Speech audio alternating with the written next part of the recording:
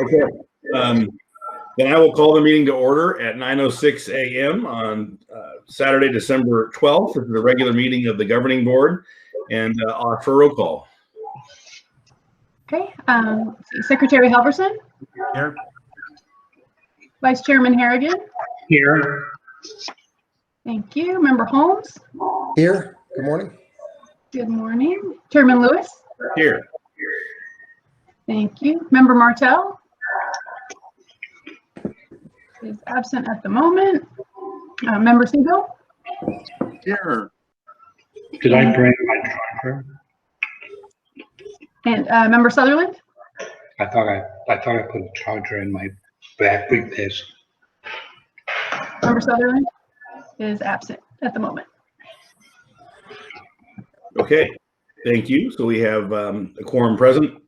Our next item is public comment. This is the place for anyone wishing to comment on any items not on the agenda. Are there any members of the public that would like to comment on items not on the agenda?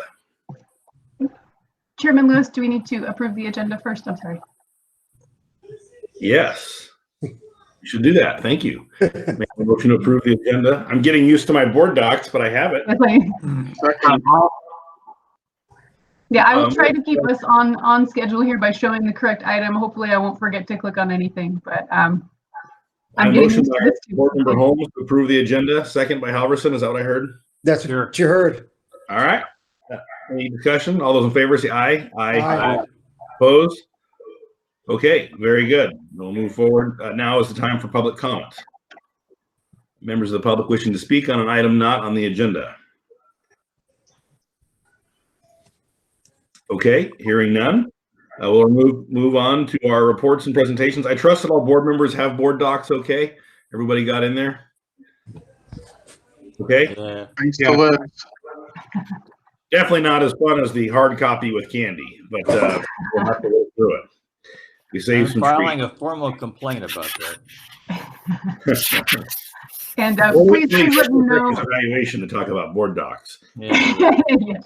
Please let me know. This is the stuff I've been pushing on council members for years, and now that it was done to me, I kind of understand what they've been saying for all these years. All right. 3.1 financial update. Liz. Okay. And if I could just ask, unless you're speaking, if you guys could mute yourselves, it makes it easier for everyone to hear better. So, unless you have questions. Okay. So I apologize. I'm having a little trouble with my video this morning as well. I think I got it working for a while, but I'll turn it off while I'm presenting here at least. Okay. So our financial update, we actually have, this is the time of year where we kind of cover 3 fiscal years in our financial update. So we're doing a final audit recap and then a current year budget update, and then starting to talk about our budgeting process for the forthcoming school year. So great news for the audit, actually. Hardly any change at all, enough so that we even said no change from the unaudited actuals. I think the total change was maybe $3, which is probably, I think that might be the lowest I've ever seen it in terms of adjustments during the audit process. So it's a clean audit this year as last year, and we have spent all of our restricted funds that we had carried over from prior years, such as the Clean Energy Jobs Act funds. No weaknesses, no findings, and the financials represented in the audit report are extremely similar, almost exactly identical to the unaudited actuals that you saw in September. One note about the ending fund balance. Let's see, go here. Is that I know we've talked before about the ending fund balance and how much of that is liquid versus not, how much of it is cash. And as of June 30th, the ending fund balance, about 2/3 of it was cash, which was equivalent to approximately 2 to 3 months cash on hand.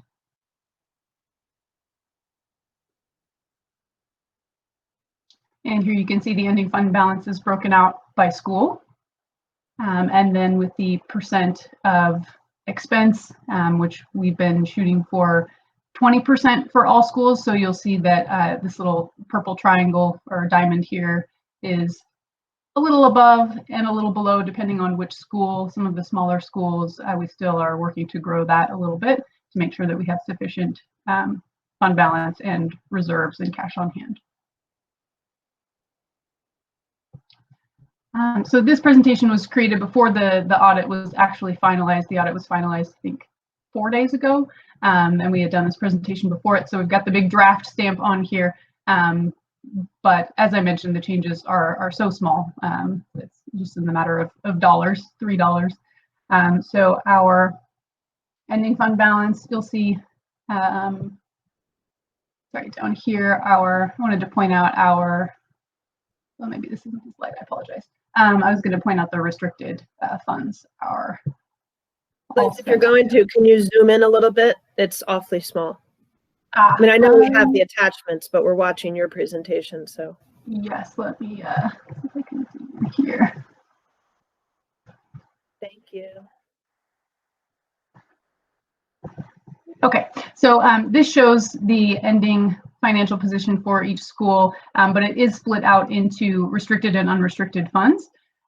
So you'll see here each school in terms of restricted funds, there's a change in all of the individual schools that had California Clean Energy Jobs Act funds. And so we have spent down all of those, and at the end of the year, there are no more restricted funds to spend for those schools. Any questions? Let me zoom this back out a little bit. Any questions about the audit report? I know we also have it as an item later on the agenda.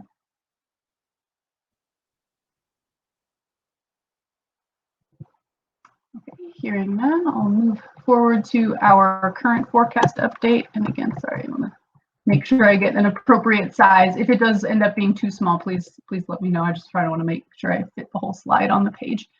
And Liz, okay. Just for the board's sake, a reminder, if you are in your board documents online, the board docs, you just click on the item and her presentation will pop up and you can just go back and forth. So yes, some people weren't in the training, so that's why I'm saying that. Yes, and I did make a little intro video for those who weren't in the training. So I know it was very basic, but when you're in board docs, you can just click on any of these little attachments if you want to bring it up on your own screen. And then also if you had made any notes, if you're logged into board docs, you'll see those up here. So if you had any questions you had flagged that you wanted to ask me or something like that, or on any agenda item, if you're logged into board docs, that's a great way to keep your notes handy for the meeting. Thanks for that reminder, Jana. New things we always need to get used to and settle into. Okay, so moving on to the current year's forecast update. This forecast that we'll speak about now is aligned. It's basically the first interim budget report forecast that's being approved later on the agenda or considered later on the agenda. If you recall, our official beginning board adopted budget reflected revenues pretty much slashed, lots of cuts to expense because there was so much uncertainty at the level of the state budget, and we had been expecting large cuts in revenues, back in June. And then when we last did a forecast update with you all in August and September, it was largely revenue side updates because the state budget had been finalized and they had mostly restored funding and kind of rolled back those large cuts. But the expense side, because the school year was just starting, was much more uncertain because we didn't know what the heck was going to happen with COVID, and were we going to be open, were we not, were we going to be able to travel, were we not. So now that we've had a few months of school under our belt and some year-to-date actuals for 2 months of the school year, we have a much better picture of what the expense side is going to look at. So that's where a lot of these things here in the adjustments, there's basically no adjustments to revenue. It's all expense now that we have a better picture of what the school year is going to look like. Obviously, there's still some uncertainty. We don't know when we will reopen, but we do know that, travel and things like that, those expenses are less than we had originally budgeted. And unfortunately, that also means things like student field trips are not happening. Some of the things that, we've instead kind of shifted those funds over to other things that we can do virtually, including instructional materials and adjusting our staffing to meet those needs, increased demands of 100% virtual learning and things like that. What rent changed by $3,000 more a month that we didn't know about? So this is actually made up of two things. One is that we are having to hold over our Riverside old facility because the construction is taking a little bit longer than expected. So our lease actually ended at the end of October.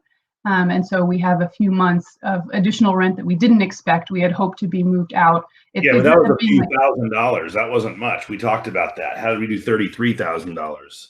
So there are two parts. So the Riverside rent is actually, it's going to end up being about $12,000 it's like 2.5 months. And we had talked about that rate of the holdover. They increase the rent obviously if you're not out by the time your lease ends and if you don't renew it. So the rent there is about $12,000 total, if I recall. I'll have to look that up in detail. But the other part of it is for our San Diego facility. We had originally planned to drop one of our suites, Suite 140, which we had used as the elementary suite, but due to enrollment and things like that, we thought maybe we didn't need it this year. So we had talked about removing that from our San Diego site as one of the suites that we would occupy. But due to COVID and the need to keep social distancing kind of at a maximum, we decided to keep that to make sure that we have enough space to keep people spread out, because without it, there's a lot more compression and people being too close together, especially when students are coming on site for things like special education services. Okay, any other questions about these updates? Okay. So what does that do to the site's level, individual level operating incomes?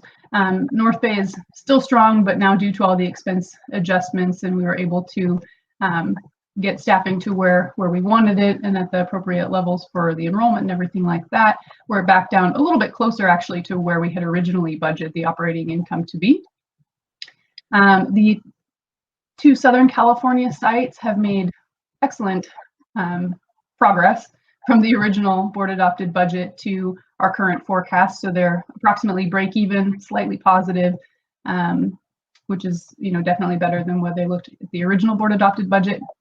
North Valley has gone down a little bit. If you recall, we talked about their depreciation expense, and that's largely why it went down the first time. This time it's a bit more related due to staffing, but this operating income will potentially, fingers crossed, come back up to right around break even once we get our lease extension signed. So if you recall, we had talked about how our depreciation schedules, generally when we do tenant improvements or things like that, they depreciate over the course of 5 years. And we had done our California Clean Energy Jobs Act projects last year, but there's a catch that if your lease ends before that 5 years is up, you have to depreciate it all by the end of the lease term. So we're basically depreciating 5 years worth of that project in a year and a half. And so it ends up being a lot more forecast for this fiscal year. But we are in the progress of signing a lease extension. We have a draft. I've sent back some requests for revisions. And once we get that signed, from the estimates that I've heard from EdTech and our auditors and worked on the project value and everything, this should come up to right around break even. So it'll be approximately, I think, $38K less depreciation than is currently forecast, but we can't update that until we get the actual lease extension signed. So it'll just reamortize over the new lease period? Yes, yeah. While we're still in the current fiscal year, we can adjust the depreciation schedule and kind of adjust the monthly amounts. There comes a point where it's too late to do it. Obviously, we can't change anything from the 2019-20 year because that year's already been closed and audited, but we can update this fiscal year.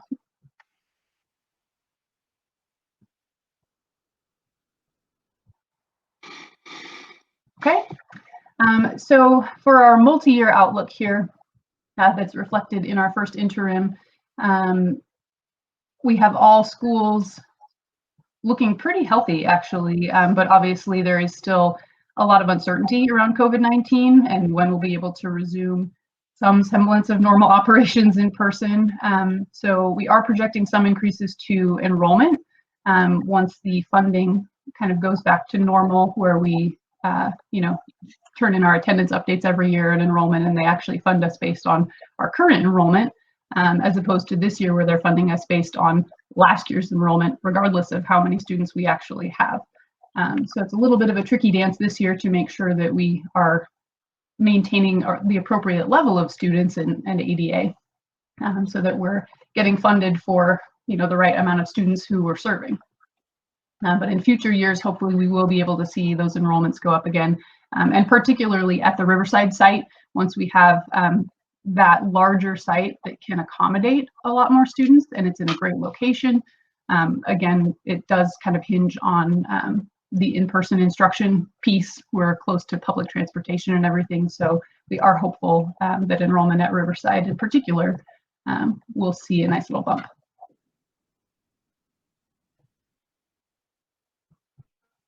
So here's just some detail of the waterfall slide I showed a little bit ago, just what those are made up of. So compensation and benefits, this was largely due to the fact that our state revenues had increased, and knowing what we could do with enrollment and things like that, we were able to fill some vacant positions that we had struggled to fill earlier in the fall.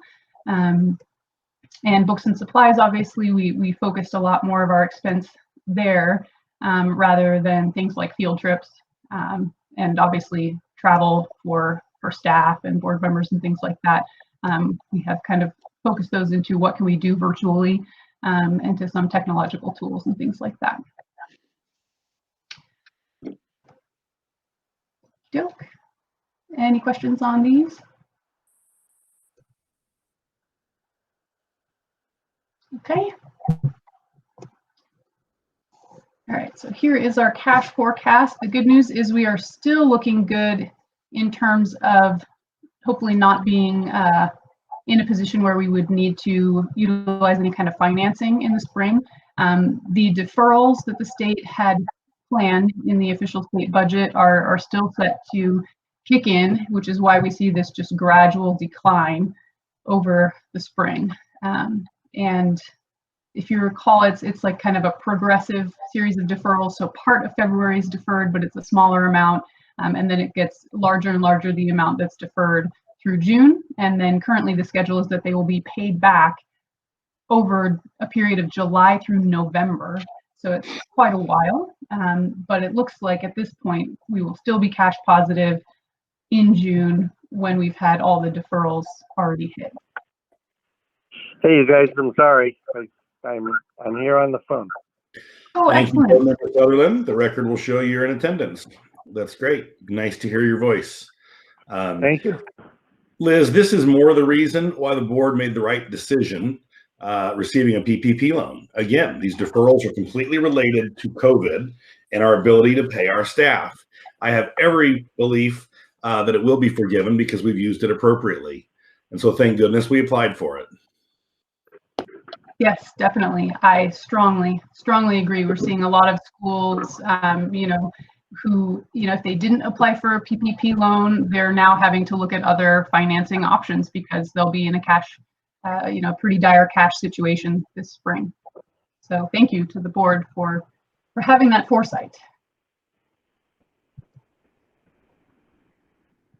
And speaking of the PPP loan, by the way, we do plan to give you a more thorough update about that at the next meeting. We're starting the process of applying for forgiveness and everything like that, to see if we can get 100% of it forgiven. I am optimistic that will happen, but we just didn't have anything concrete to necessarily present at this meeting. So at the January meeting, we'll definitely update that a bit more.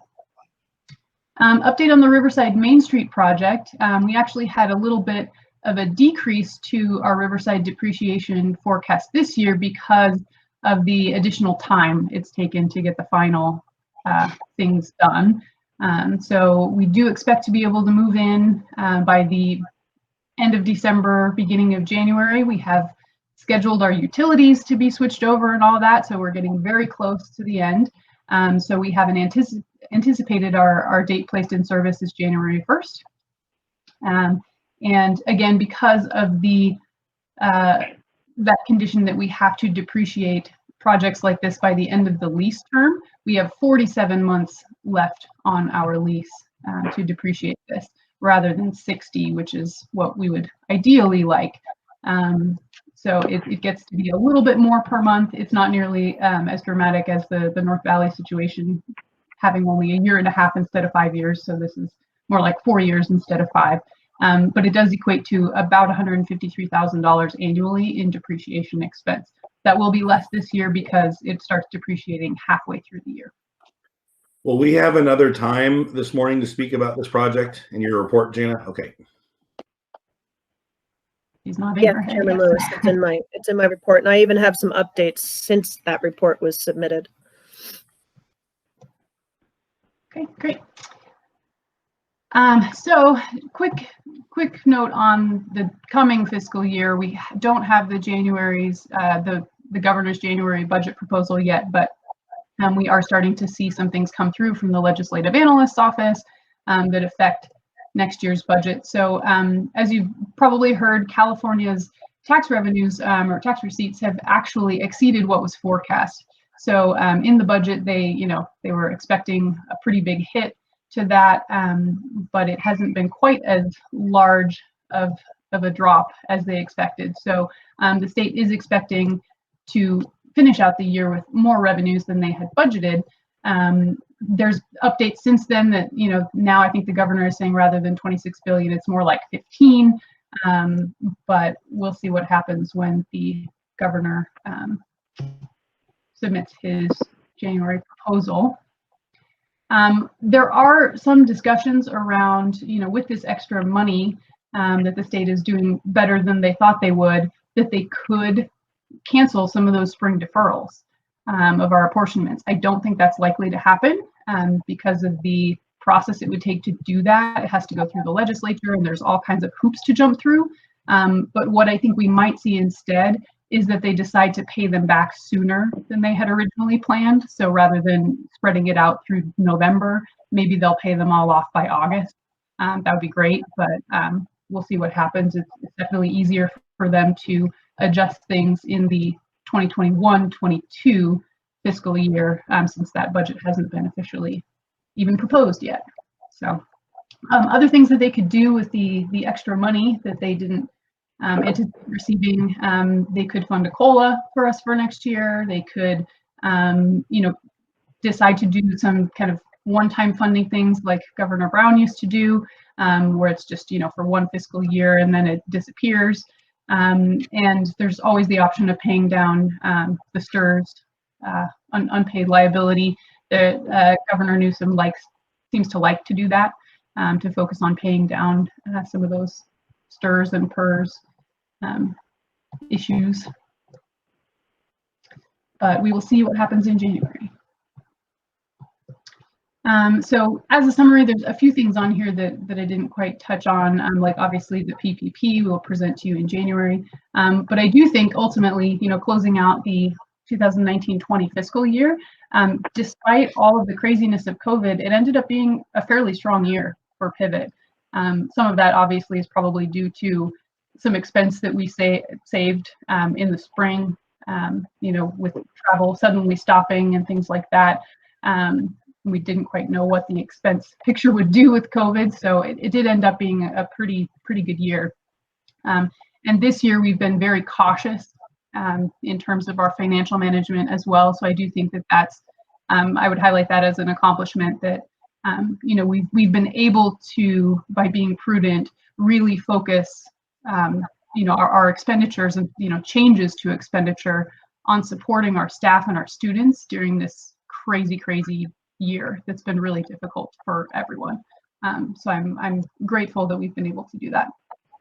Obviously, we have to submit all of these reports coming up that are due on December 15th that are on the agenda today. including the budget overview for parents. I didn't talk about that much right now, but because it's later on the agenda, but it's basically a summary of the first interim budget.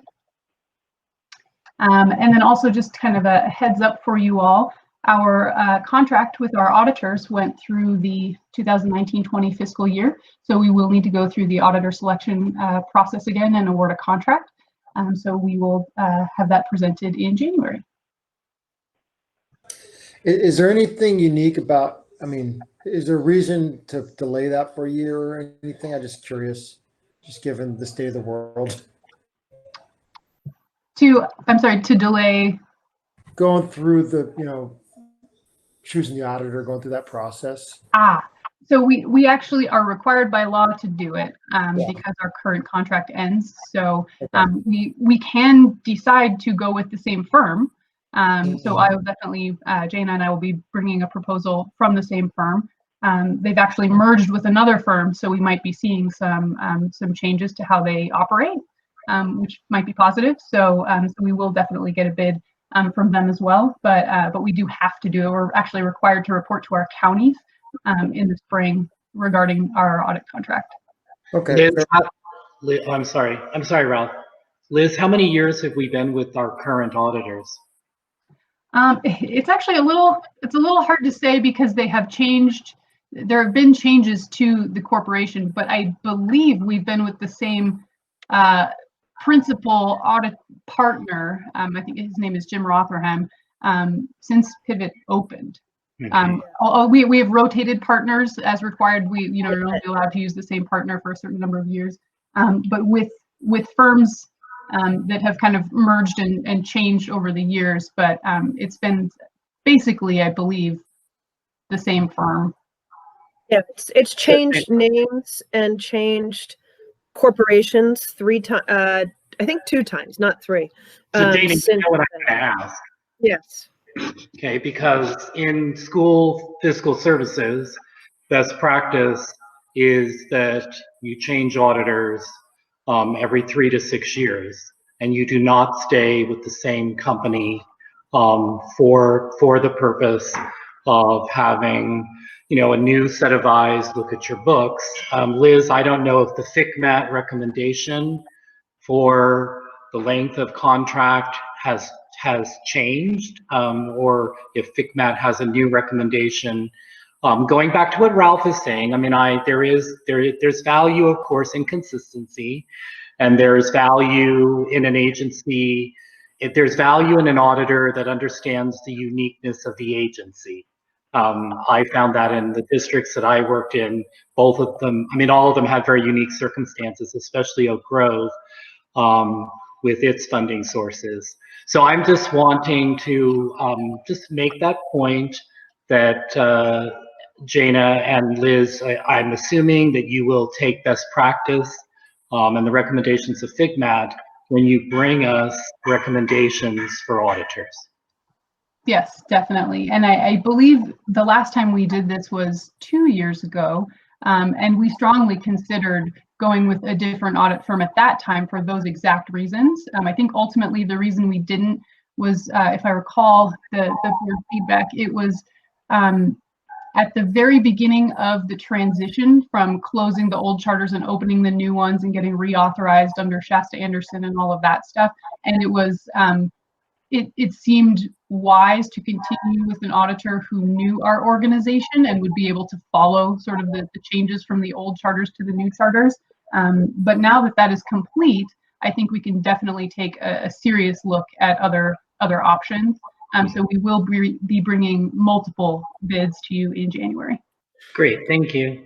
And I certainly am open to a new auditor too. I think it's a good thing to have fresh eyes for the board and to have different approaches. So let's see where we end up. Okay, any other questions?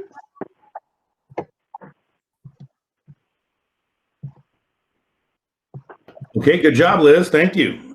Good to see that the staff has done a great job managing us through this situation, and good to see that we're financially strong. We've had several bumps. You guys have done a good job, and we appreciate the stewardship and reporting. Our next item then, if there are no other board member comments, is the executive director report.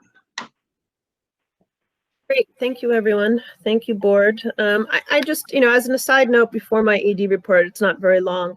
I just want to recognize that this has been just one hellacious year, and for you all to stick with us when you don't get the camaraderie of getting together and these kind of painstaking meetings online, it's hard, and I just want to say thank you to all of you.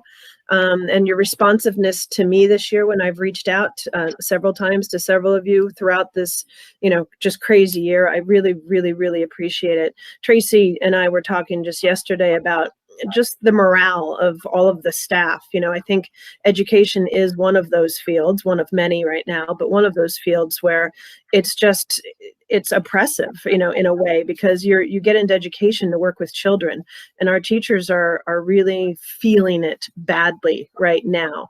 And I'm sure you all are too. Many, all of us are going through different things, and it's been quite a challenging year. But I just wanted to recognize that I appreciate that you all have stuck with us, and you've still been very, very active in what we're doing as a school. And I just wanted to say thank you for that. So, and I hope we get to actually see each other very soon, face to face, like skin to skin, nose to nose, whatever you want to call it. I better move on. All right.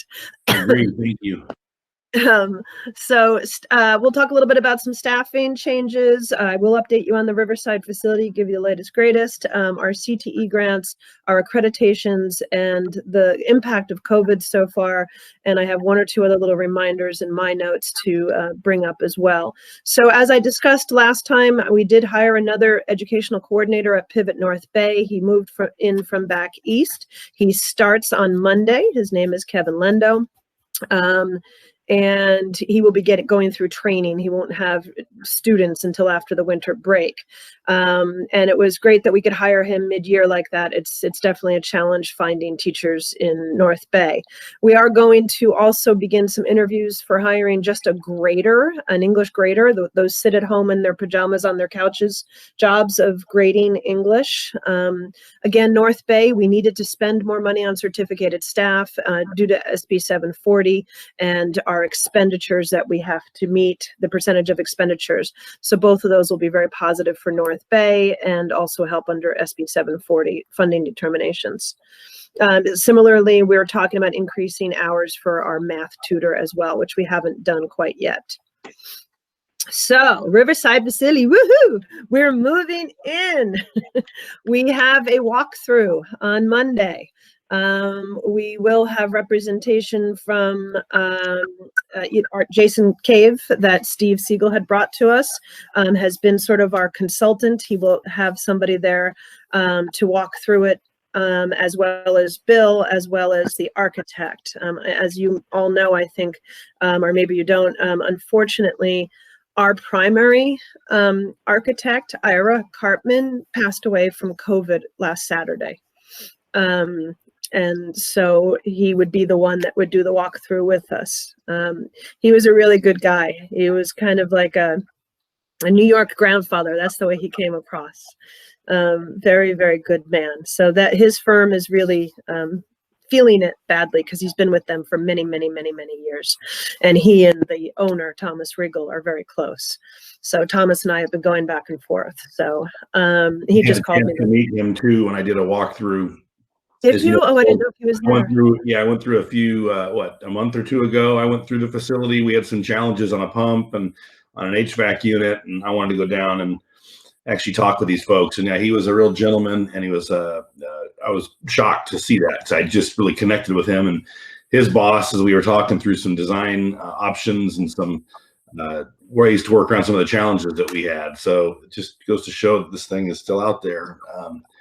Yeah. Very unfortunate. Yeah, he went quickly, unfortunately. I mean, I guess. Anyway, so back to the positives of the site and all that wonderful work that he did that will now, it's going to be in his honor that we move in over winter break. We are working on getting the installation of the furniture, our special furniture, and obviously moving the old furniture that we already purchased over. There's a picture here of the signage. This is just a draft. It's not done yet. It's not up yet, but this is what the company has sent us. And it looks great up on the wall. We're also, as Liz mentioned, getting all of the utilities and everything up and running. I did get a note from Thomas, or not from Thomas, from Tom Stillwell yesterday that there was a little snag in the one thing that the realtors, the owners are putting in, which is the fire valve. And they had hired someone to do that work, and they have since disappeared. So Tom Stillwell from the construction company, our contractors, will be meeting with our owners on Monday, and they do have a permit for it. That's good, because we were waiting for the permit for a while, but now we don't have someone to do the work. So he's going to be meeting with them this Monday to talk about it and talk about Plan B to get that installed. So I emailed him again this morning and asked him whether we could, still we're not moving kids in, you guys, so we don't need a certificate of occupancy. Worst case scenario, Bill has to work from home until we get a certificate of occupancy. We're still on target to cease our lease over at Green River, regardless, because we will get approved eventually. So that's sort of the plan that I just came up with as of yesterday with Tom, given that this may delay it with the valve. I am continuing to work with, and they've had some challenges themselves. The landlords, they did sincerely try to set up a meeting, and then a couple people got sidetracked with an emergency on their end. So we are going to have a meeting about some of the other things that we feel very, very strongly should be something that the landlord pays for, including the HVAC system that Jim had mentioned, as well as the sewage pump. I didn't want to put too much detail into this slide presentation on it, but essentially, and I'm happy to go into detail, and Steve and I talked about it at length, Jim and I have talked about it, Ralph was involved as well. Essentially, the sewage pump, it is our contention that, they knew a school was going in, they knew we needed to get e-occupancy, they knew we had to put bathrooms in. They should have let us know that before we actually said we were going to lease the facility, that the pump was not going to work to be able to pump the sewage out with the new bathrooms in there. So we're talking about that. And certainly the HVAC system, there are 3 systems for this particular suite, and one of them is not working properly, nor is it nailed down properly. It's not mounted properly. Even if it was working perfectly, if it went through an inspection, it would fail because it's not mounted properly. And so we had 2 choices, to either rebuild it or to get a whole new one. It made no sense to rebuild it when it wasn't already even mounted properly. So with feedback from board members, I went forward and we were going ahead to do the new HVAC. There is no way that we would have been able to determine that the HVAC system was not working in our original walking into the building and testing everything and taking ownership of it, because it was functioning, just not properly, because one unit was not functioning.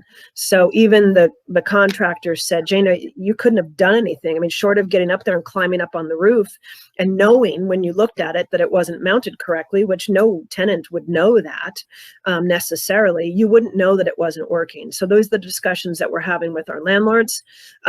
They contend that we should have, anything on the HVAC, we should have given them in our lease. It does say we should have notified them that it wasn't functioning within the first year. And we are beyond that of taking ownership of it. But again, there was no way for us to have known it. So these are the discussions we're having.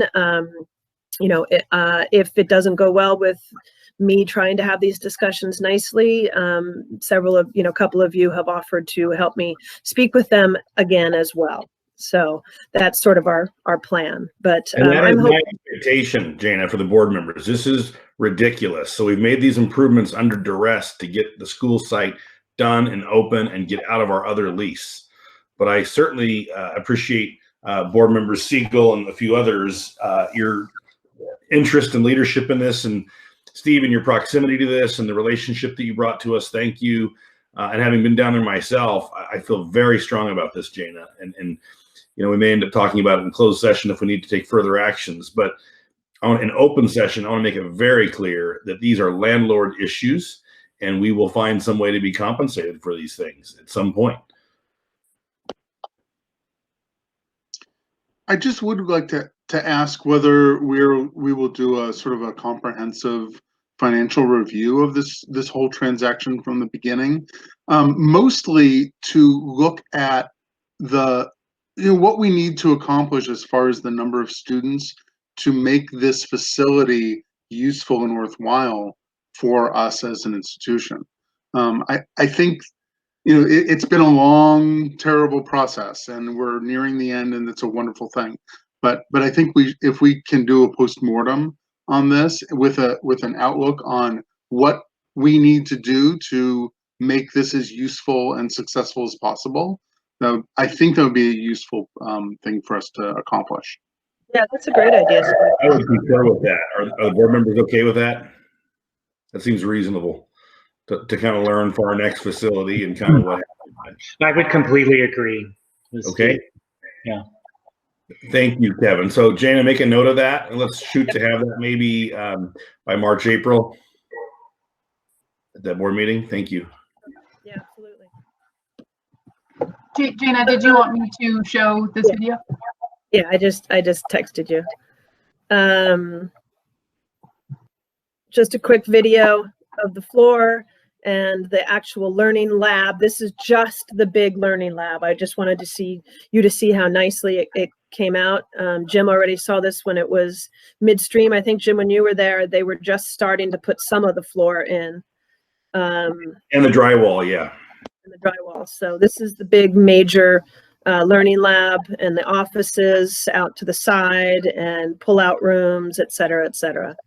So just a quick one. Bill sent that to me. He goes over now about once every other day or so. It's looking very nice.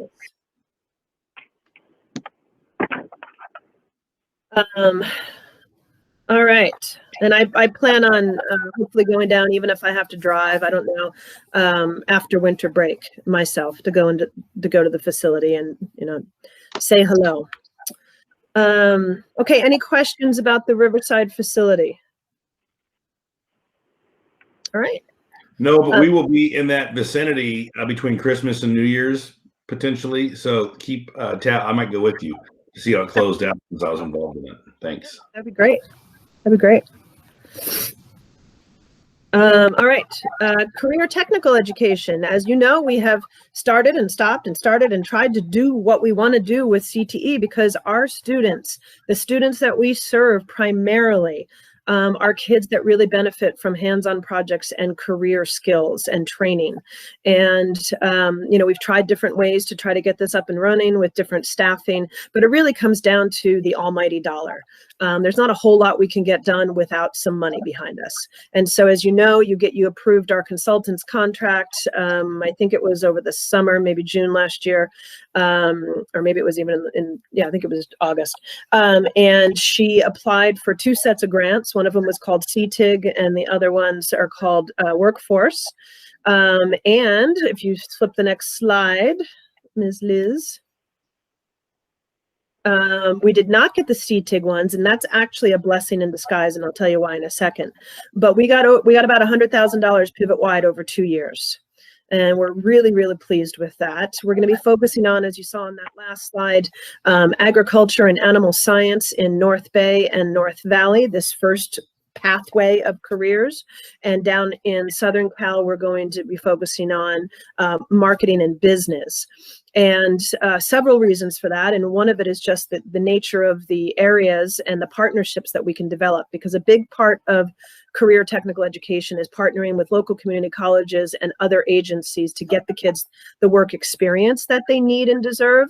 And also just based on the courses that the kids have taken in the past already in our litany of CTE courses that we have. So that will just be, our first pathway in Northern California, our first pathway in Southern California. I think back in that meeting that I originally brought CTE, career technical education, to you all as an item for discussion, there's like, 25 different pathways we can go. The other reason why we went this way with animal science and agriculture as well as business is we have teachers that would already qualify for a CTE credential. You actually need to have a CTE credential to eventually do the pathways. Here's the beauty of not having gotten the CTIG monies. first of all, Liz and I are learning, and Lindsay as well. There is significant amounts of reporting around all of these grants, and it's reporting that we've never done before, so there's a learning curve with it. So I'm almost glad that we didn't get a whole second round of different types of grants. The other reason is the CTIG grants require the teachers to literally be holding their credential in hand before we get the money, and that would have delayed us being able to implement any of the program, because they have to go through a credentialing program. We partnered with San Diego on that to get them their credential. So I'm actually, Liz and I were very happy that we just got the workforce grant is sort of a startup grant, and you can go back for more money every year, because the whole intent of it is we're just dabbling our big toe in the water right now and starting on curriculum development and career counseling with these grants and program delivery little by little. And as we get better at it and we expand, there'll be more monies available to us. And so we can apply for CTIG next year or the year after. So we're really pleased with the outcome of our first set of CTE grants. And if I could just hop in, I wanted to say that just the forecast that I presented does not include these grants yet, because this is like hot off the presses. And so we found out about these awards after we had already finished the forecast for the first interim. So this will be reflected in the next forecast. And we're still working out the details of when, it is supposed to be like $10,000 for this year and $10,000 for next year in terms of implementation. But depending on, the actual apportionment schedule and payment schedules, it may all, or more of it will land in this fiscal year cash wise. I think we get 70% of the money up front. And then the remainder is paid out kind of more near the end. But we'll update you on that at the next meeting. It's great to see that we're getting some of these types of grants. We haven't been a school that has gotten a lot of these, so this is really well done. I stepped out just for a second. Did you share how this money is actually spent? Is it spent renting time in a studio or a garage, or is it spent on software? Or how does this manifest itself in the programs for the kids? Yeah, no, it's a great question. This particular grant, again, we're just getting our big toe wet with this, will be to continue to develop the curriculum so that you basically take a series of classes and a culminating project at the end, essentially, or a culminating course, and that's called a pathway. And you need to have teachers teaching those things, and then you also need to be getting the kids out into the field. And so those teachers that are teaching it and the coordinators have to build those partnerships locally to get them out into the field to do their jobs and to learn more. And obviously Butte College has amazing, ag programs, but they're kind of short on animal science. But oh, guess what? Santa Rosa City College has good animal science courses. And so somebody needs to be able to coordinate all that and get the kids interested and bring the kids to it and oversee the courses. So the lion's share of it right now will be on staffing and program development, just to get the pathway up and running. And that's the way both grants were written. Well, all 4 grants, but they were obviously written exactly the same in Northern Cal and then exactly the same in Southern Cal. It's focused on curriculum, staffing, and program development and partnerships, basically building those partnerships. So building off what Jim said, we haven't historically had a lot of what are called categorically funded programs. And so what these are categorically funded, which means that in essence, they have a different place in the budget than our sustainable incomes and have to be used for the targeted short-term purposes of the implementation. And they can't be used for, or they can't supplant any of our ongoing operational costs. So I think perhaps Jana and Liz, my recommendation, just based on my experience with board members and with these programs, is that it's helpful perhaps to have like a small workshop on categorical programs. And again, Jana, perhaps on, the CTE grant and what it can be used for, what it can't be used for, what are the timelines, because I think that just helps all of us as board members understand how to support a short-term funding process for specific outcomes. Absolutely. Be happy to do that. Does that help? Absolutely.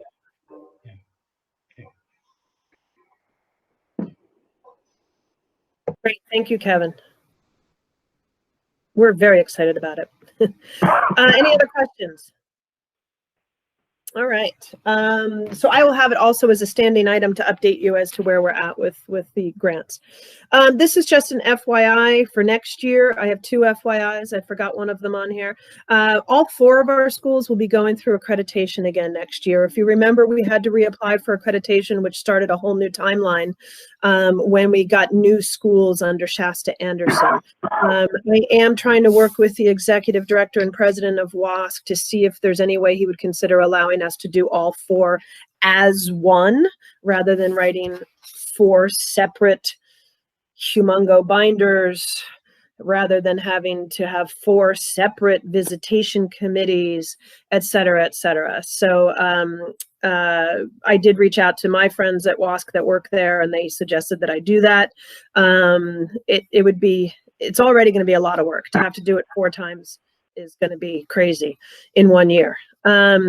As far as your involvement as board members, typically they do like to interview board members, not as a whole board, but they at least like some representation and to be interviewed to make sure that you understand and are doing your due diligence. So that will involve, some of you will just divide and conquer, and hopefully nobody will have to spend all time with them, all 4 committees.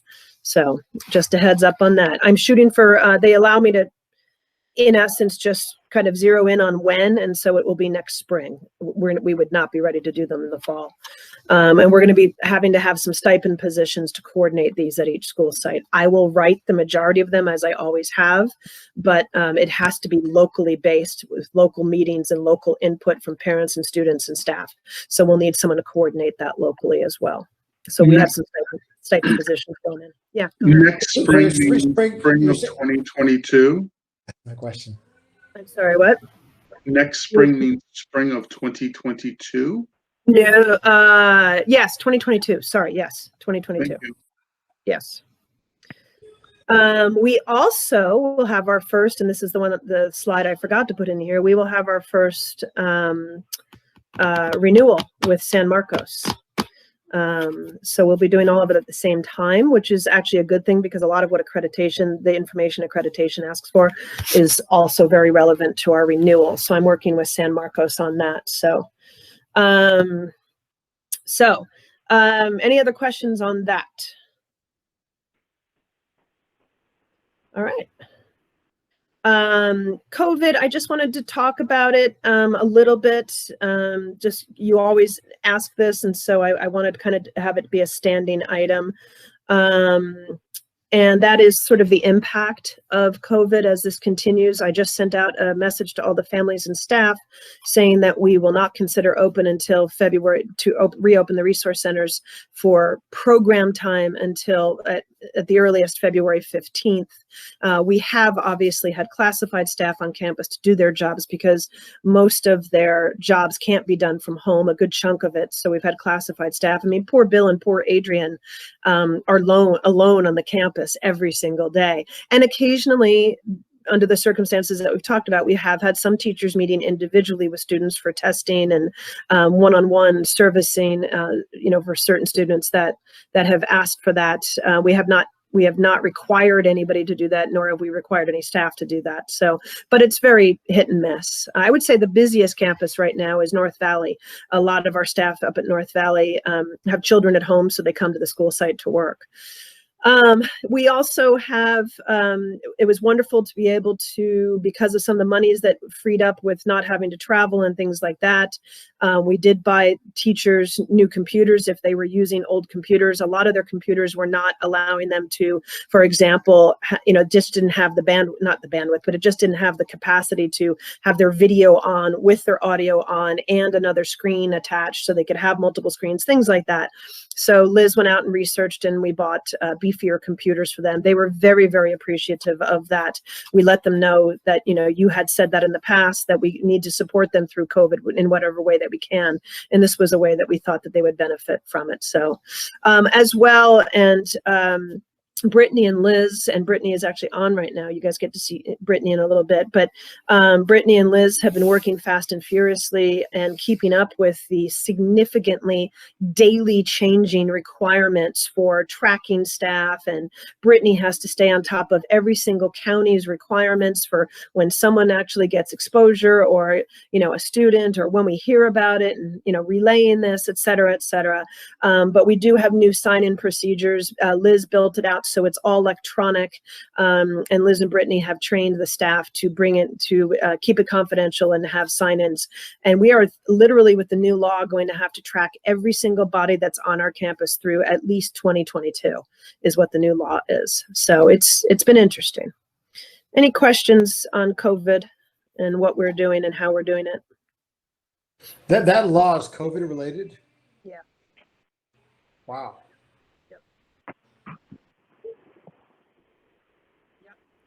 We have to do it already in San Diego County. We have to submit it bi-weekly. There's no other counties at this point that are asking us to submit it to them. We just, you know, we are supposed to be tracking it. So, what's the prognosis? I understand in the governor's new order that if you weren't open, you're not opening, and we weren't. So what does that mean as far as your forecast for when kids might be able to return to the site? Are you writing? Yeah, I sent out an email to all the families, students, and staff that we're not going to consider reopening until at least February 15th. But what has to happen is the ICU units have to be essentially, you know, and it has to be that way for 2 weeks before a school can open in that county.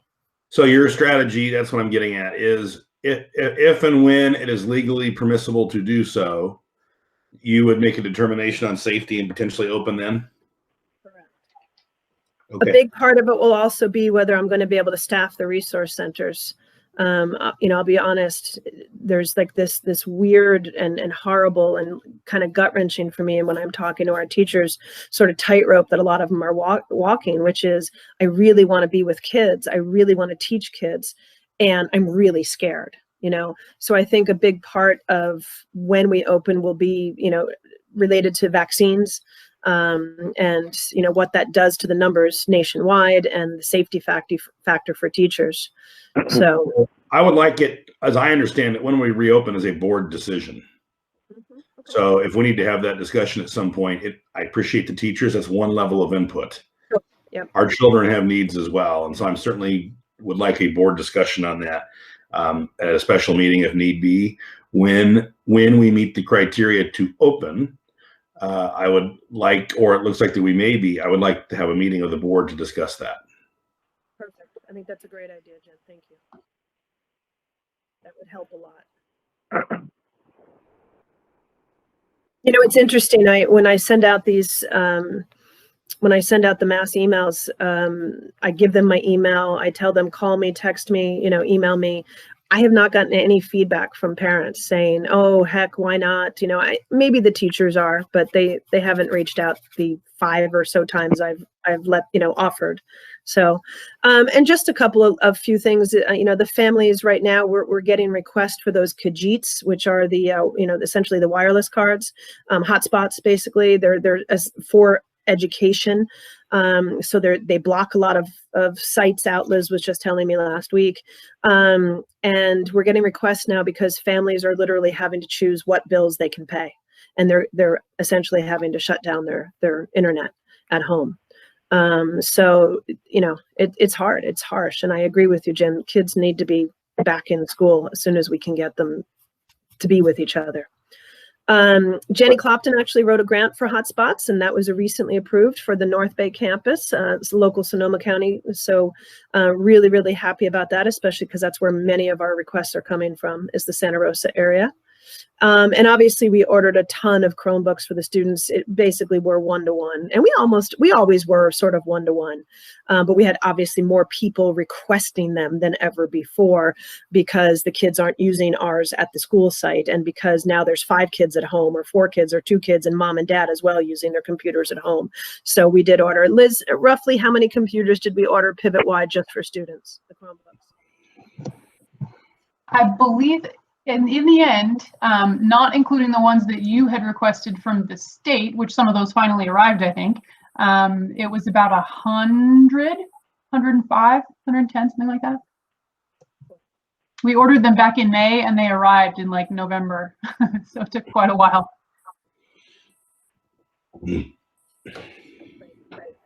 All right, any questions on that?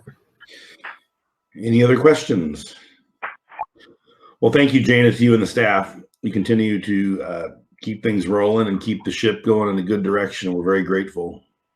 Thank you. Yeah, you're welcome. Just a quick added note, and again, it's just an FYI. The politics around charters is heating up dramatically in the state of California. We've had many, many meetings. I have this last month and a half. We got some battles ahead of us, guys. They're not thrilled about having charter schools continue in the state of California. So, hi, Sol. There she is. Hello. That's great. You see yourself? There you are. Hi. All right. Well, that doesn't surprise me, Jana. And it's just, I cannot get my head around leadership in this state that has this amazing apparatus to help young kids succeed, even during times like this, and they want to kibosh it for ulterior motives. This should always be about the children, and it's disgusting. And I say that on the record, and we will fight. good. Thank you, Chairman Lewis. Okay. 4.1 is the nomination and election of board member Holmes. The nominating committee has met. It was a unique way to meet in these days, but nonetheless, we have consulted. And after much consideration, we had no other choice but to nominate Ralph Holmes. Now that's not true, Chairman Lewis. He was as the other member of the committee. I want to say it was a privilege to review the selection of Member Holmes and to recommend him to the board with nothing but support for his excellence, his participation in our schools, and also his fiscal acuity that is balanced by his unique personal experience as a learner, a parent, and a leader in our community. That was outstanding. Thank you, Kevin, very much. I hope you heard that, Ralph. I did, thank you. That is all true. And of course, I was honored to serve on the committee with Chairman Lewis. I would like you to continue to serve. Thank you, Kevin. So that was very well put. And yes, so Kevin and I do submit board member Holmes for a new term to the board for consideration. Mr. Holmes, do you have anything you'd like to add? That was beautiful, Kevin. Yeah, just thank you very much, Kevin and Jim. Love the opportunity to continue to serve. Perfect. Yeah, I know you're a guy that's in demand. Honestly, I know you're asked to be on many other boards, and I'm grateful that you continue to make time for this one because I know you have many other choices, as do all of you, gentlemen and gentleladies. I know that each of you have a lot of options, and I'm always grateful. So, okay, then I think Kevin and I move and second the appointment of board member Holmes to a new term. Is there any discussion? Is there any comment from any members of the public? Okay, hearing none, I'll call for a vote. All those in favor say aye. Aye. Aye. Opposed? Great. Well, congratulations, Ralph. Thank you. Welcome. Now, Thank you very much. Pleasure to serve with you all. board member Harrigan, our work is not done. We have staggered terms because of the way people have come onto the board. Mr. Halverson is up in January of 21 and Ms. Martell in 21 of March. And so I would like us to chat again and consider those nominations, and we'll have our process. Okay, I'm available, Chairman Lewis. Thank you. I look forward to interviewing Dr. Halverson for his continued in securing his commitment of continued service. Well put. All right, Mr. Halverson, have you anything to say? You've been kind of quiet today. Just making sure you're still there. I love you all. Except for Ralph. Oh, I do miss seeing you all in person. It is really frustrating, Yeah. but I know that we'll Yeah. get there.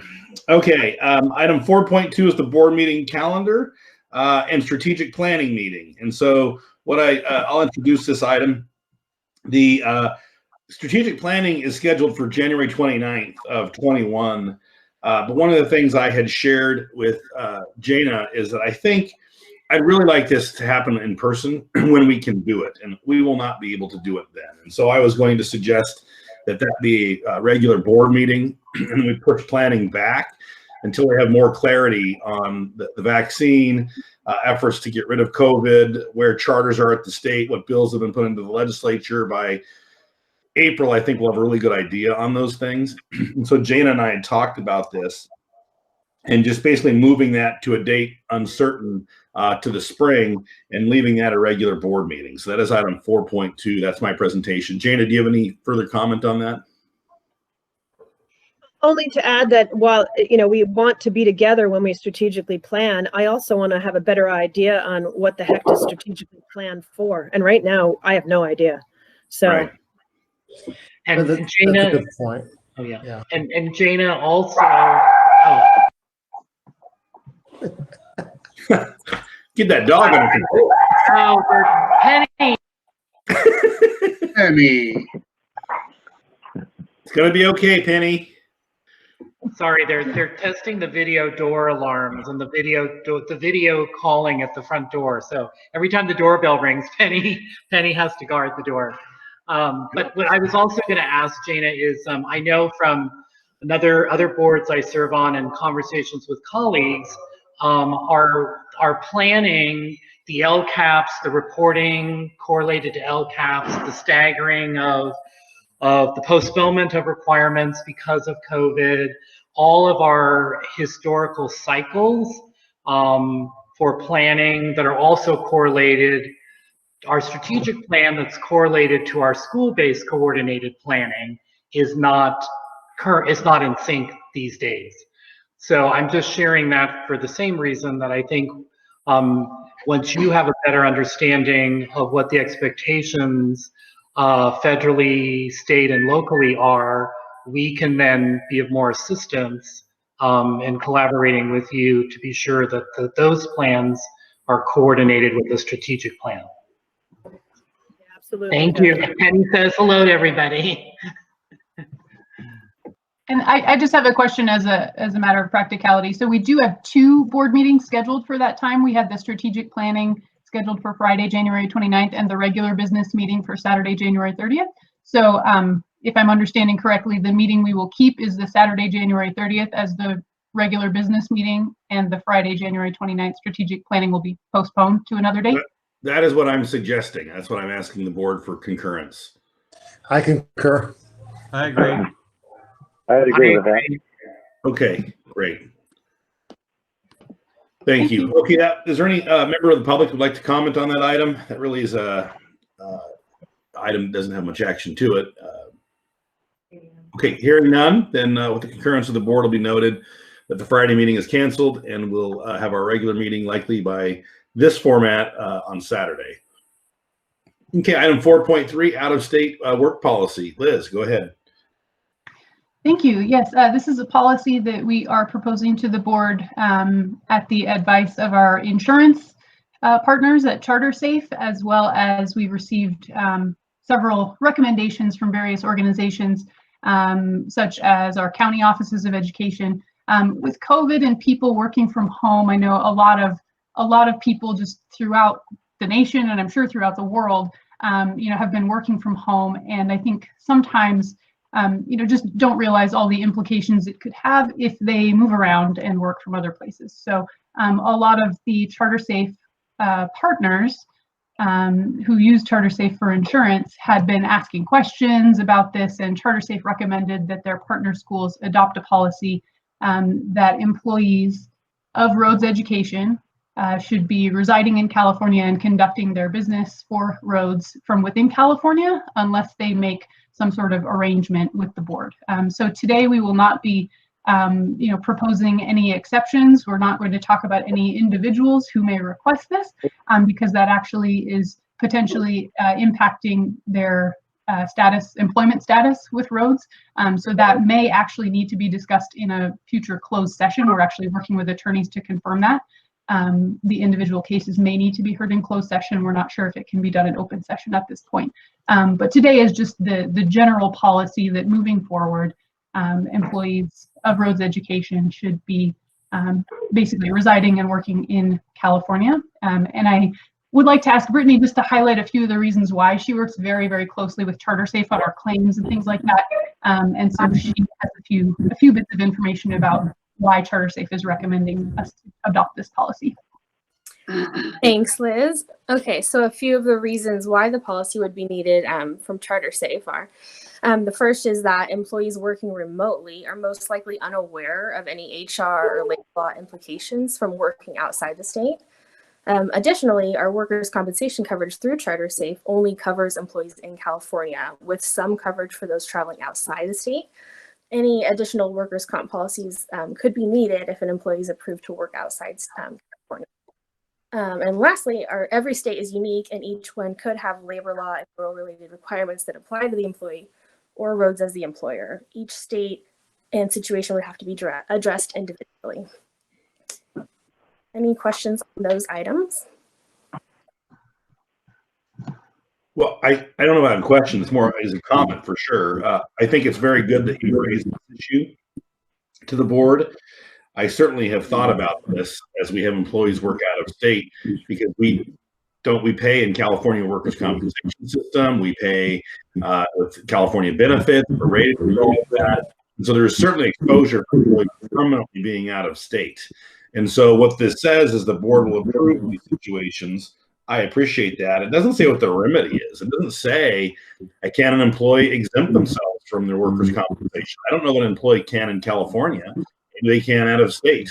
But it certainly is awkward for some of these things. And the employee would certainly have to then present a plan as part of this. That wasn't really clear to me. It looks like they talked with the executive director and prepare a request. But said request in this policy should lay out a financial neutrality and a risk neutrality to the organization. I think that should probably be in this policy. So that's a comment I had. I'm open to hearing from you. So Jim, my question was similar, and I just wonder whose liability is it for travel? So if an employee is working from out of state and they are required to meet with the student at the site, who now has to pay for that travel? Is it the employee or is it the roads education? And so I do wonder how that would fall. Good question. So we have two questions. Who would like to answer those? One about the concept of risk and financial neutrality, and two, compensation or paying for travel out of state back in for business roads. I can answer that. Oh, sorry. Go ahead, Jana. I was just going to say we wouldn't have. I can't imagine a scenario where we actually have a teacher living out of state, but we do have admin, and we have had over the years, let's say, admin and some support staff. The same question comes up sometimes, like around the liability, and this is something that Liz and Brittany are still working with our attorneys on. For example, when I say, hey, I'm gonna go work from back east for a couple of days, before the holidays or whatever, is that an issue? And they're working on clarifying that as well. Just as an example, I'm using myself, so I'm not pinpointing anybody else. But Liz, do you want to chime in on the other part of that question? Yeah, definitely. So I think, in the past, we had received some guidance about how to handle these things, but with COVID and it becoming a lot more prevalent, we're learning a lot more details, about the implications of this. So I think, when we do present these requests to the board, because ideally these things would be approved in advance before anyone were granted permission to work from out of state. Moving forward, obviously we have, some situations that need to be addressed that are currently ongoing.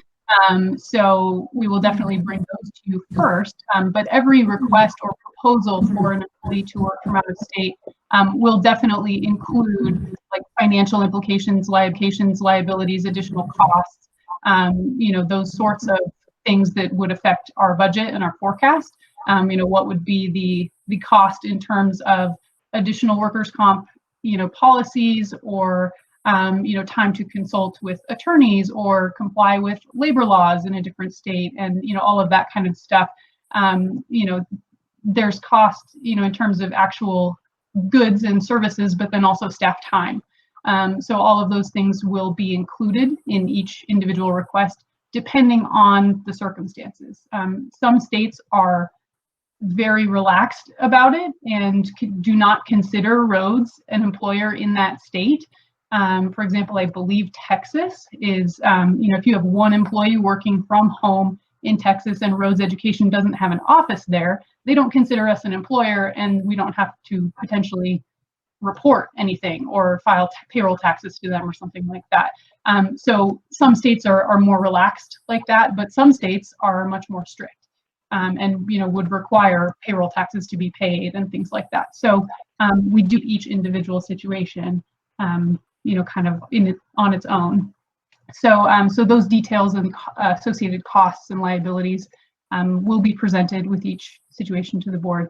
And then as far as the travel goes, as Jana mentioned, we wouldn't be, I don't think the board would agree to a situation or approve one of these exceptions for a teacher who would have to meet with students, because then that would be travel that, is not prudent to include, in someone's employment agreement. So it would only be for employees who are already, plan to work remotely and not physically be on site regularly in the first place.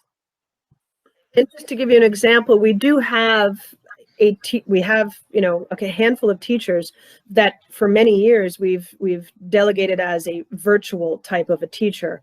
So that, that could be one that we, a case we bring to it, but those are teachers that are very, very, very, very, very, very skilled at meeting only with the kids who don't come to the resource centers for whatever they're coming there for resource, tutoring or special ed or whatever. So they're chosen to be virtual teachers. So just to give you an example.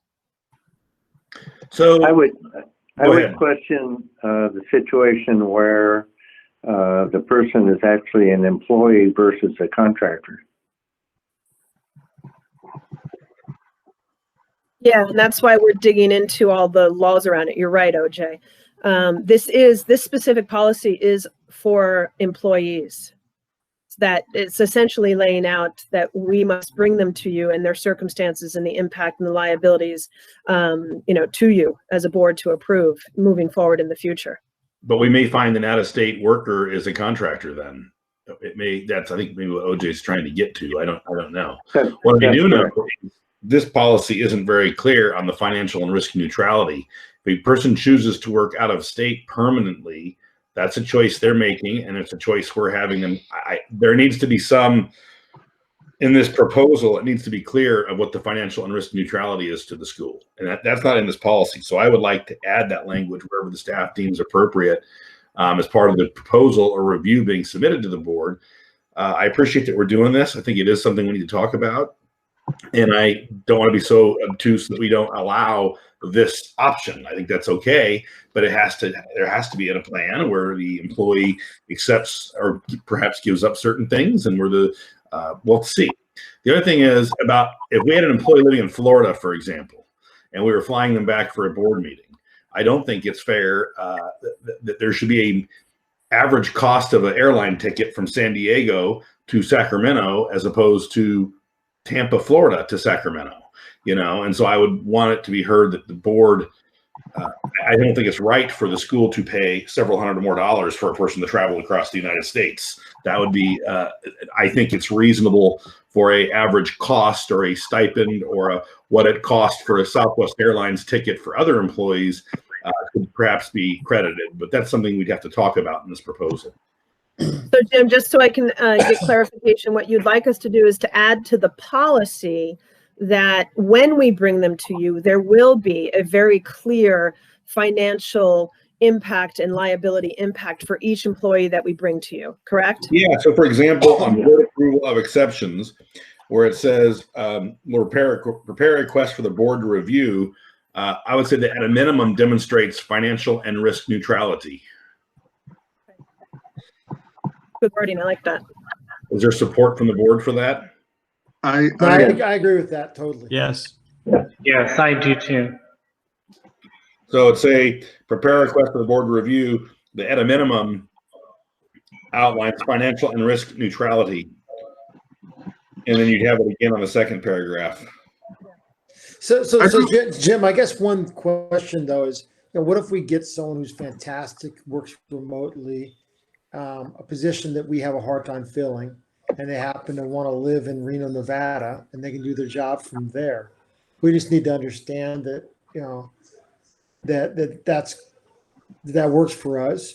Right. But I guess like where I'm going, and Reno is probably a bad choice, is we may find that, we can hire someone that we can't hire otherwise, and maybe we have to pay a little bit more for them to get to places, and that's kind of part of the cost of doing business. And so my one concern about the neutrality conversation is we want some flexibility, because we may make the decision, hey, we can't get this person locally. We can get them there, and it's cheaper than trying to get them locally. Does that make sense? Or well, we're a public agency, Ralph. I mean, I appreciate that, but we're not a for-profit agency. We're using tuition or $88 for these things. It's not I appreciate that from a private perspective. I think I hear what you're saying, and I agree that there are potentially employees who may not be able to afford to live in the state or can live on the outskirts of the state, as you say, that may be able to serve us just fine. A person living in Reno can get to Sacramento quicker than I can. And I live in the state. So that's an example of, I understand that. I just want to make sure that it is very clear to the staff that if we accept one of these proposals, it's not just I want to live out of state, sign here. There needs to be an analysis of things. So maybe we say a minimum, it includes a financial and risk analysis. And it's not neutral, but it says financial and risk analysis. Maybe that's what the language says. And the board then I like that better, and I agree with you 100%, Jim.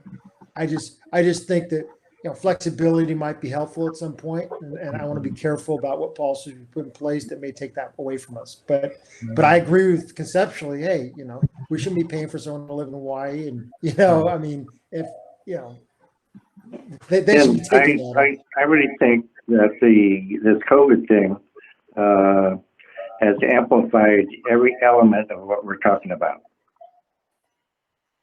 Agree. I had a question, and it may not be relevant, but I was just kind of curious as we were talking about this.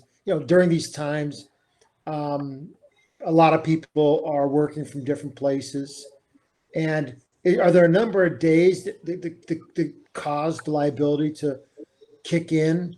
Because I mean, myself personally, I've worked all over the world, and so I just don't know how that works. Yeah, that's a very good question. And I think for the workers' comp policy, there is not a minimum number of days. The current policy that CharterSafe provides for its members basically only covers individuals out of state if they are traveling because they were told to do so for work. So if someone is going to a conference in New York or something, that would be covered. But I think even one day outside of California, if it's not directed by the employer, is not covered. So that is a risk, that is a liability. And we've, been advised that, as an organization, obviously, we need to look at what level of risk we are willing to accept. In terms of if someone doesn't tell us they're going out of state, that's different than someone asks, hey, I want to go out of state. So all of those kind of considerations could be made in, when we bring these requests to the board, or how long it's going to be, and things like that. Okay. And I would think, just I'm putting Brittany, I'm putting a little bit of an HR hat on here. I would think that any changes like this then have a domino effect in terms of what a job description looks like, because then the job description can define the parameters So if we're going to allow some of these opportunities, they may be unique in their implementation to a particular job. And then some of the things the board members are talking about could be specified in the job description, and then they're specified in the contract with the individual as well. So it's kind of a bit of a domino effect in terms of human resources. No, you're absolutely right. If there are additional costs, it's a type of compensation, and it has a impact. Yeah, absolutely. Which was why I threw up the neutrality thing. But I appreciate what Ralph is suggesting, is we don't want to lock ourselves into something that we can't deal with if there's a recruitment situation, which could become more common in California. Understood. And I'm just speaking to best practice based on experience. You know, superintendent's contracts or senior administrative contracts are similar in much of their language to things we're talking about. Also, I've had JPAs with national organizations, for example, the National Science Resource Council in Washington, D.C. So we had to do these kinds of things, both for their staff coming to us and our staff going to them. So again, I think there are some best practices we can look to for guidance as well. I want to add that in many contracts for executives in districts, they get a transportation allowance, which might provide for these unusual circumstances, or is written into the job description with them, and this amount of money goes with them for transportation if it's appropriate. So you have those kind of options as well. Thank you, Tom. Any other comments from board members? Okay, so then this item, you do want action on this, Jana, right? Yeah, I would like action with the edits that you've suggested, yes. And then we'll start working out the process next. Okay, so is there a motion to approve the out-of-state work policy with the caveat of adding a financial and risk analysis language? That would be the motion. I'll make a motion. So moved. Okay, a second made by Ralph, seconded by OJ, I think, or is that Tom? Who? OJ. OJ, okay, great. Any further discussion?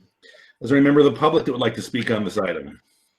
I just want to say how lovely it is to see Brittany. We don't get to see her very often. Yeah. Thank you, Brittany, for all your work on this. That's true. Two. Okay, hearing no public comment, I'll ask for a vote. All those in favor say aye. Aye. Aye. Aye. Opposed? Okay, thank you, Brittany. Yeah, it's nice to see you, and thank you for bringing this to our attention. Is was important. Okay, item 4.4. This is the certification of signatures. Liz. Yes, this is a fairly simple one. We do this every year, and it is basically just providing to the Riverside County Office of Education a list of individuals who are authorized to sign to generate payroll payments and accounts payable checks and things like that through the Galaxy financial system. Okay, is there any board member questions on this? Okay, any members of the public wish to speak on this item? Okay, seeing none, I will just remind the board members that there is a form that you can see in your administrative section. I'm holding it up of board docs. So if you can open that form, and then you should send it to yourself, because you will need to sign that. And so you should be able to email it to yourself as you download it as a PDF. And then, or Liz, you can email that to board members. That just might be easier for us to sign and return to you. Yes, Liz. Thank you. And this year, the Riverside County Office of Education is accepting scanned copies of your signatures. So if you sign it and take a picture with your phone, you can email it or text it to me that way. But I will follow up with you to make sure we get all the signatures we need. Yes, Liz. Thank you. All right, perfect. He's already done. Outstanding. He's Perfect. He's kissing What a up. show off. Yeah, he is a show off. But we do just need action to approve the two people who are listed to be able to sign these things, which is myself and Executive Director Jana Gaskell. Okay, I'll entertain a motion for approval of signatures of the business officer and executive director. So moved. by Siegel, second by Halverson. Any further discussion? All those in favor say aye. Aye. Any opposed? Okay, great. Thank you. Item 4.5 is our 1920 audit report. Liz. Yes, so most of the information we already covered in the financial update, but just another note that our audit firm was Squire Milner that we contracted with. They actually merged with a company called Baker Tilly. So the actual audit report says Baker Tilly on it, which may be a name that you were not expecting. Okay, thank you. The members of the public that would like to comment on the audit. Okay, hearing none, this was a clean audit, a successful audit. Thank you. That's what we tend to expect, and we appreciate it. I know it's a lot of work going through these. Are there any members of the board that would like to comment on this? If not, a motion to accept. I would like to say this is no small item doing this every year with no findings. That doesn't always happen. So congratulations again. Way to go. Thank you. Yeah, I would agree with that. Okay, so we motions in order to accept this clean audit. Move. Thank you, Tom. Second. Second by Ralph. Okay, any further discussion? All those in favor say aye. Aye. Aye. Opposed? Okay, thank you. Our next items 4.6, 7, 8, and 9 are the interim budget reports. Liz. Yes, so these are the official reports that are aligned with the updated budget forecast, which was presented in the financial update. Each school is reporting a positive certification, which means that the school will be able to meet its financial obligations for this year and the 2 subsequent years. And all of these reports will be submitted to our authorizers and counties by December 15th. And this year, this report, the first interim budget report, is also tied to the budget overview for parents, which we have next on the agenda after these. So they will be submitted together to our authorizers and counties. Okay, thank you. Are there any members of the public that would like to comment on any of the interim budget reports? Okay, hearing none. Are there questions or comments from board members about any of the interim budget reports?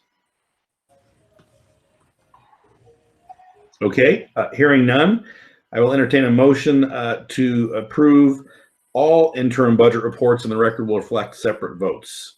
So moved. So moved by OJ. Second. Second by Halverson. Any further questions? All those in favor say aye. Aye. Aye. Aye. Opposed? Okay, thank you. That passes. Moving on to 4.1. Oh, 4.10, I guess. This is the budget overview for parents. Now, this was something I wasn't familiar with, Liz. What's you?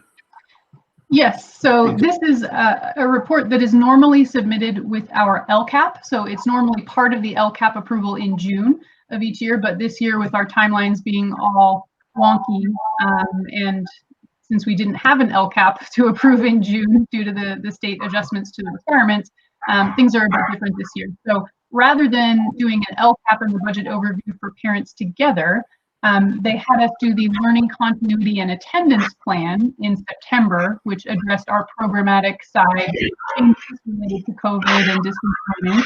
And then they gave us some time to do the budget overview for parents, which aligns with those programmatic changes.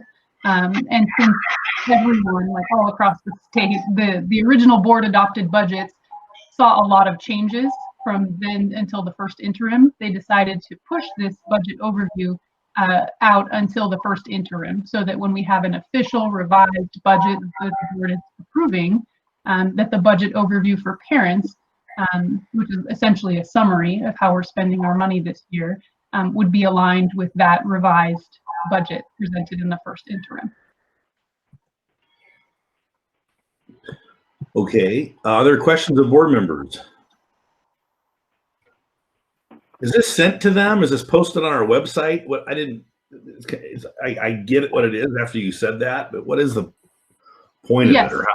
Yeah. So basically, it was an initiative by the state to make financial information of schools more accessible to stakeholders, which is why it's called the budget overview for parents. It's not only just for parents, but it kind of breaks down our financial picture for more, it's oriented more towards kind of the lay public, so to speak, in not using financialese, but a little bit more general language. Got it. Okay, are any members of the public wishing to speak on items 4.1 through 4.13, the budget overview for parents? Okay, hearing none, are there any questions or further discussion of board members? Okay, hearing none, I would entertain a motion for 4.1 to 4.13, 10, to approve these. So moved. Thank you, Kevin. Second. Second by Siegel. Thank you. Any further discussion? Okay, it definitely is easier to read than our budget, that's for sure. All those in favor say aye. Aye. Opposed? Okay, thank you. Let the record reflect independent votes on 4.10 through 4.13. That moves us to our consent agenda. There are 7 items on the consent agenda, and I will move approval of the consent agenda. Second. Second by Halverson. Thank you. Any discussion on any items on the consent agenda? Okay, then all in favor. I'm sorry, a member of the public wishes to speak on the motion to approve the consent agenda. Okay, hearing none, then we have a motion and a second. All those in favor say aye. Aye. Opposed? Okay, the consent agenda is approved. Thank you. You know, I've actually found board docs pretty easy, I must admit, today. I don't know if any of you have been following along on an iPad or something else, but Liz and Jana, I would say the notes and working through and opening documents into separate browser windows has worked pretty good for me. So appreciate it. I started out a little jaundiced, but I'm ending in a pretty good spot having worked through it. Yeah, I'm glad to hear that. Liz has really worked hard at this. I got a training, with her, but she's really commanding this. So I really appreciate it. I love it. I love it. Well, if it works good for the staff, that's important. Liz, thank you. Board members, have you found it okay? No. It's not compatible with his iPad. I can't read it. The print's too small. I don't know. No, the answer is no. All right, we'll keep working out with you. We'll work it out. Right.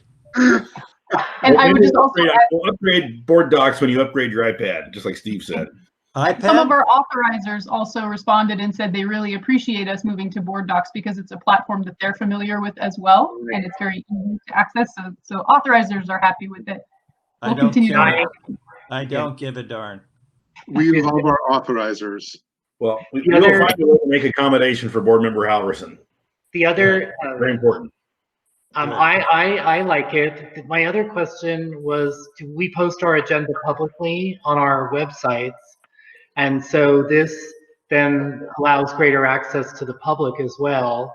When we implemented this in Newark Unified, that was another plus that came from our community and from our stakeholders, that they felt they really had access to the board packet, and if there was an agenda item with backup materials that was specific to them, they could review it electronically. So I'm just sharing that with the board as another, implementing this, Liz and Jana, actually complements us as a board with our transparency to the communities that we serve. So thank you, Kevin. That's an excellent comment. No, thank you for sharing that, Kevin. That's an excellent point. And we can see Liz again. There she is. She's back. All right. Well, thank you all for being open to this. And Kevin, I think your point's excellent, and we'll leave it at that. So I guess we will adjourn to closed session. I think, do we have our closed session instructions, right, Jana? Yes, we do. It's just a different Google Meet that I sent to you. Text me if you need another one. I just real quickly want to thank Tracy for attending the meeting and point out that she too was here, as well as Brittany. It's always good to have staff here. Tracy has been doing some things this year that are incredibly unique. She's had some incredibly some big challenges, some of which you'll hear about because it's related to my review. But it's been, given the population that she is primarily responsible for and how difficult this year has been, she and her staff have just done an amazing job. So I just wanted to acknowledge that publicly. Jana, thank you for doing that. And Tracy, I can't imagine the issues you've worked through this year. You are a miracle worker for us. And on behalf of the board, I thank you for continuing to help these kids get through stuff and pivot their future. That's our name. So thank you, Tracy. And Brittany, thank you for your continued strong administrative support of the organization. Okay, good afternoon, almost. The board has come out of closed session and there is no reportable action. And so if there are no other comments, I believe our meeting can be adjourned. Is that correct, Ms. Jones? Yes, I haven't seen any other public comments. And If there we already discussed the schedule of the next meeting, so I think we're good. Okay, well then our meeting is adjourned. Thank you. Happy holidays.